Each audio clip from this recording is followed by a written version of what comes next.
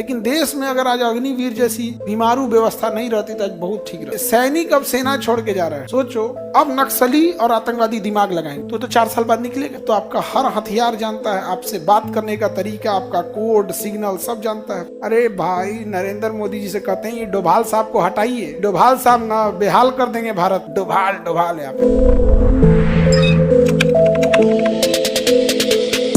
2014 में एक महान व्यक्ति ने वादा किया था कि हम काला धन लेकर आएंगे, लेकिन इत्तेफाक से काला धन उसे कहते हैं जिसके बारे में किसी को पता न लगे। काला धन तो लाए नहीं, उल्टे उन्होंने इलेक्टोरल बॉन्ड ले दिया कि आप चंदा हमको या कांग्रेस को, बीजेपी को, जदयू को, आरजेडी को, किसी को भी चंदा दे दीजिए, बताने की जरूरत नहीं है चंदा कहां से आया। नहीं समझा गया? कितना काला धन आ गया पता ही नहीं चला, जबकि उन्होंने ही बोला था कि इतना काला धन विदेश में है कि यदि वो काले धन को लाया जाए तो देश के हर एक नागरिकों को 15-15 लाख रुपए मुफ्त में मिल जाएंगे।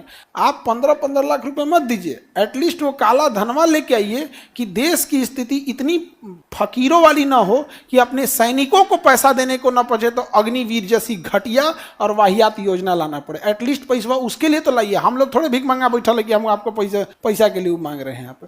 लेकिन देश में अगर आज अग्निवीर जैसी बीमारू व्यवस्था नहीं रहती तो आज बहुत ठीक रहता है। सैनिक अब सेना छोड़ के जा रहे हैं। बिहार पुलिस के जॉब में बहुत सारे सैनिक आए हैं, कहें कि सर अग्निवीर हो गया है तो आखिर 2 साल बाद वो हटेबे करेगा। उसका 2 साल हो गया था अग्निवीर में, तो 2 साल बाद हटेबे करेगा। तो अभी हम आ जाते हैं यहाँ पे। सोचो देश की स्थिति उस समय क्या होगी जब अग्निवीर से हटाए गए युवाओं को, यदि कोई, जैसे कश्मीर में अभी आतंकवादी हैं या छत्तीसगढ़ में नक्सल हैं, तो नक्सली क्या करते हैं, अपने ट्रेनिंग देते हैं, छुप के ट्रेनिंग देते हैं। अब नक्सली और आतंकवादी दिमाग लगाएंगे, ट्रेनिंग देने की क्या जरूरत है, अग्निवीर में भेज दो। अगर दिल से अग्निवीर में जा रहा है तो बहुत अच्छी चीज है, लेकिन अगर कोई प्लांट कर रहा है उसको तो 4 साल बाद निकलेगा। अब तो आपका हर हथियार जानता है, आपसे बात करने का तरीका, आपका कोड सिग्नल सब जानता है।